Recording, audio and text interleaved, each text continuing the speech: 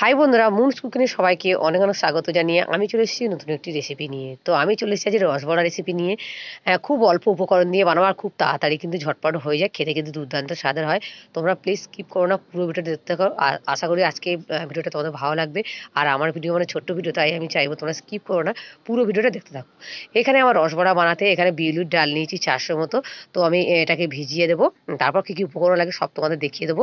দেখো 400 মতো বিউলির ডাল নিয়েছি, এটাকে ভিজিয়ে আমি 4 থেকে 5 ঘন্টা মতো রেখে দেবো।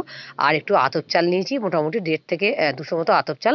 সেটাও আমি আলাদা করে একটুখানি জলের মধ্যে ভিজবো। তোমরা চাইলে কিন্তু ওটা একসাথেও ভিজিয়ে দিতে পারো, আমি ওটা আলাদা করে ভিজিয়ে দিচ্ছি। তোমরা চাইলে এখানে চালের গুঁড়োও ব্যবহার করতে পারো। তো দেখো ভিজিয়ে দিলাম। তো চলো, আর এখানে এই আতপ চাল নিয়েছি, এখানে 1 থেকে 200 মতো আতপ চাল নিলাম। নিয়ে এটাও আমি জল দিয়ে মোটামুটি 4 থেকে 5 ঘন্টা ভিজিয়ে রাখবো।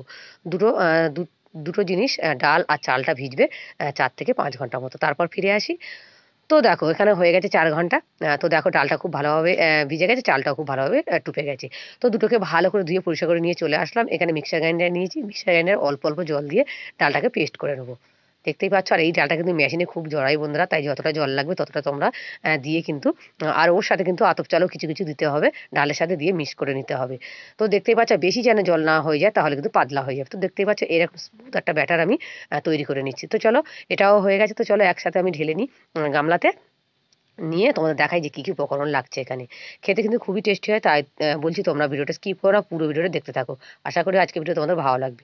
তো দেখো এখানে আমার লাগছে কালো জিরে, আর একটু চিনি, আর একটু নুন, আর একটু নিয়েছি এলাচ। তো এই 4টে জিনিস হলেই কিন্তু আমার হয়ে যাবে। একটু নুন, কালো জিরে আর সাদা তেল তো অবশ্যই লাগবে। এই 4টে জিনিস আমার লাগছে উপকরণ। তো চলো, এবার আমি এখানে দেখো ডালের মধ্যে দিয়ে দিচ্ছি মোটামুটি 2 চামচ মতো কালো জিরে। দেখো 2 চামচ কালো জিরে দিয়ে দিলাম, তারপর একটু পরিমাণ মতো নুন দিলাম। দিয়ে আমি এবারে হাত দিয়ে কিন্তু এটাকে ফেটাবো মোটামুটি 5 মিনিট মতো। যত ফেটাবে তত কিন্তু এই ডালটা যত ফেটাবে তত কিন্তু মানে বড়াটা খুব ভালো হবে আর ফুলবে আর খুব টেস্টি হবে কিন্তু। তো দেখো 5 মিনিট মতো ফুটিয়ে আবার তোমাদেরকে দেখাই। আর ফেটানো হয়ে গেছে কী করে বুঝবো? আমরা 1 বাটি জল নেবো, নিয়ে যদি উপরে উঠে যায় তাহলে জানবো আমাদের ফেটানোটা হয়ে গেছে, যদি নিচে পড়ে যায় তাহলে জানবো ফেটানোটা কিন্তু হয়নি। তো দেখতে পাচ্ছ একটু জল নিলাম, নিয়ে দেখো আমি দিয়ে দিচ্ছি এর মধ্যে। দেখো উপরে ভেসে উঠতে, তার মানে এটা খুব ভালোভাবে কিন্তু ফেটানো হয়ে গেছে। তো চলো, রান্নাঘরে আমি একটা কড়াইতে তেল বসিয়ে দিয়েছি। তো চলো চলে যাচ্ছি সোজা রান্নাঘরে। এখানে কড়াইতে তেল দিয়েছি মোটামুটি 300 মতো। তেলটা একটু বেশি লাগবে, ডুবো তেলে কিন্তু বড়াগুলো ভাজতে হবে। আর এখানে 1 লিটার মতো জল একটা হাঁড়িতে দিয়ে দিলাম, দুদিকে দুটো বসিয়ে দিলাম। দিয়ে চলো তেলটাকে হাইটে গরম করে নিয়ে একটু আস্তে দিলাম, দিয়ে বড়াগুলো কাটবো আমি। তো দেখো গ্যাসটা কিন্তু জোরে দেওয়া যাবে না, তাহলে কিন্তু পুড়ে যাবে। আর দেখো এখানে 6 থেকে 7টা মতো আমি এলাচ দিয়ে দিলাম সেন্টটা ভালো হওয়ার জন্য। তো চলো বড়াগুলো কেটে নিই। ছোট ছোট করে কাটবো, কিন্তু ডাবল হয়ে যাবে। তোমরা দেখো একদম ডাবল হয়ে যাবে। তোমরা খুব ছোট ছোট করে কাটবে। আর তোমরা যদি চাও তাহলে বড় করে কাটতে পারো, তাহলে বড় বড় রস বড়া হবে। ছোট ছোট করে করলে রসটা খুব ভালোভাবে ঢুকবে। তো দেখো এভাবে লাল লাল করে একটু আস্তে আস্তে করে ভেজে নিতে হবে। গ্যাসটা একটু স্পিডটা কমিয়ে দিতে হবে, দিয়ে লাল লাল করে ভেজে নিতে হবে। তো দেখতে পাচ্ছ এদিকে আমার চিনি শিরার জন্য জল বসিয়েছি 1 লিটার। এখানে আমি 500 চিনি ব্যবহার করবো বন্ধুরা। মোটামুটি 400 ডালের জন্য আমি 500 চিনি এখানে ব্যবহার করছি। তো তোমরা যদি ডালের পরিমাণ বাড়িয়ে দাও তাহলে অবশ্যই চিনির পরিমাণ কিন্তু বাড়িয়ে দেবে, আর জলের পরিমাণটা একটু বাড়িয়ে দেবে। তো দেখো এভাবে লাল লাল করে আমি ভেজে তুলে নিচ্ছি। নিয়ে লাস্ট কিন্তু আমি মানে রসের মধ্যে দেবো। তো দেখতেই পাচ্ছ চিনির শিরাটা এখানে কোনো তারের প্রয়োজন নেই, মোটামুটি একটু লালচে ভাব হলেই হবে চিনির শিরাটা। তো চলো এবার আমি জলের মধ্যে চিনিটা দিয়ে দেবো। এইভাবে লাল লাল করে বড়াগুলো সব ভেজে নেবো। তোমরা প্লিজ বাড়িতে একবার ট্রাই করো রসবড়া রেসিপি। তো দেখো আবারও আমি এভাবে কেটে নিচ্ছি। দেখতেই পাচ্ছ রসটাকে আমি মোটামুটি চিনির জলটাকে 2 মিনিট মতো ফুটিয়ে নেবো, নিয়ে ওখানে আমি চিনি ব্যবহার করব। তো দেখো এখানে চিনি আমি দিচ্ছি মোটামুটি 500 মতো চিনি। দেখতেই পাচ্ছ 400 ডালের জন্য আমি 500 চিনি দিচ্ছি। 500 মোটামুটি 400 ডালে আমি রসবড়াটা বানাচ্ছি, তাই জন্য 500 চিনি আমি ওখানে দিয়ে দিলাম। আবারও জলটাকে আমি 5 মিনিট মতো ফুটিয়ে নেবো, নিয়ে একটু লালচে ভাব আসলে তারপর ওর মধ্যে আমি বড়াগুলো দিয়ে দেবো। তো দেখো দেখতেই পাচ্ছ আবারও কেটে দিচ্ছি, দিয়ে বড়াগুলো কেটে লাল লাল করে ভেজে নিতে হবে আস্তে আস্তে গ্যাসটা দিয়ে। তো দেখো চিনির শিরাটা ফুটছে দেখতেই পাচ্ছ। আর এই এলাচটা দেওয়ার কারণে কিন্তু সেন্টটা খুব ভালো হবে। তো দেখো এগুলো আমার হয়ে গেছে, লাল লাল করে তুলে নিচ্ছি। নিয়ে দেখো আর ভিতরটা কতটা নরম সফট। আর এটা শুকনো অবস্থায়ও কিন্তু খেতে খুবই টেস্টি হয়।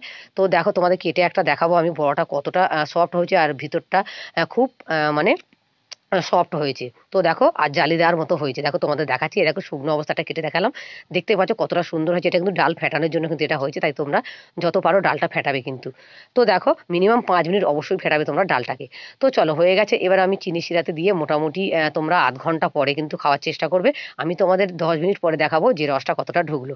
এখানে তো চিনি শিরাটা দিয়ে একটুখানি জাস্ট একটুখানি ফুটিয়ে নেবো, 1 মিনিটও নয় কিন্তু। একটুখানি ফুটিয়ে এইভাবে আধ ঘন্টা রেখে তারপর তোমরা অবশ্যই খাওয়ার চেষ্টা করো, তাহলে রসটা ভালোভাবে ঢুকবে। ঢুকবে। তো চলো আমি একটুখানি ফুটিয়ে গ্যাসটা অফ করে দিলাম। তারপর দেখো আমি তুলে নিচ্ছি, এখানে দেখতেই পাচ্ছ নিয়ে উপর দিয়ে যে রসটা থাকবে, দেখতে পাচ্ছ চিনি শিরাটা কিন্তু এরকম লাল হতে হবে। তো দেখো এখানে কোনো তারের প্রয়োজন নেই। তো চলো রসটা ঢেলে দিচ্ছি, দিয়ে তোমাদের তুলে দেখাই যে কতটা সুন্দর হয়েছে রস বড়াটা। লাস্টে দুটো বড় বড় করে ভেজে নিয়েছিলাম বড়াগুলো, মানে লাস্টে। আর তো দেখো এখানে আমি রস ছড়িয়ে দিচ্ছি, দিয়ে তোমাদের কেটে একটা দেখাই। খেতে খুবই টেস্টি ছিল। তোমরা প্লিজ এভাবে একবার রসবড়া বাড়িতে ট্রাই করো। কেমন হলো অবশ্যই কমেন্ট করো। আর ভালো যদি লেগে থাকে অবশ্যই আমার চ্যানেলকে সাবস্ক্রাইব করো। আমার পাশে থেকো তোমরা। তো দেখতেই পাচ্ছ কেটে দেখাচ্ছি, আমি তোমাদের 10 মিনিট পরে কিন্তু দেখাচ্ছি। তো দেখো আর ওপর দিয়ে কিন্তু রসটা দিয়ে আমি এখনো আধ ঘন্টা রেখে দেবো। আধ ঘন্টা পরে তারপরে কিন্তু আমরা খাবো। তো একটা খেয়ে তোমাদেরকে দেখালাম, খেতে খুবই টেস্টি হয়েছিল।